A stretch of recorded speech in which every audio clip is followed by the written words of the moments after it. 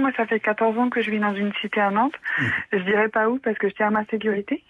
Au début, c'était très calme, on les voyait pas trop. Mais là, depuis 3 semaines, on se fait tirer dessus à la Kalachnikov. Ça fait quand même 3 fois. Je vous avoue que ça fait bizarre de voir des impacts de balles dans le hall de l'immeuble.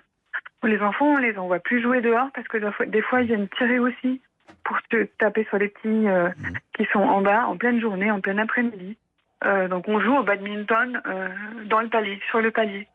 Et moi, j'écoute tout ça et je me pose une question. C'est-à-dire que je me dis, en France, le pays aussi riche que la France, quand même, on est quand même un pays riche. On se pose pas la question de pourquoi est-ce que les gens consomment de la drogue pour tenir le coup. À un moment donné, je pense qu'il y a une défaillance globale de la société. Des consommateurs, nous, on les voit. Hein.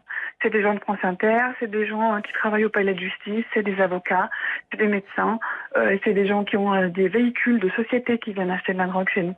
C'est des gens, des fois, qui ont des véhicules de mairie qui viennent acheter de la drogue chez nous. C'est des gens qui fument du crack, on les voit en bas, c'est des zombies.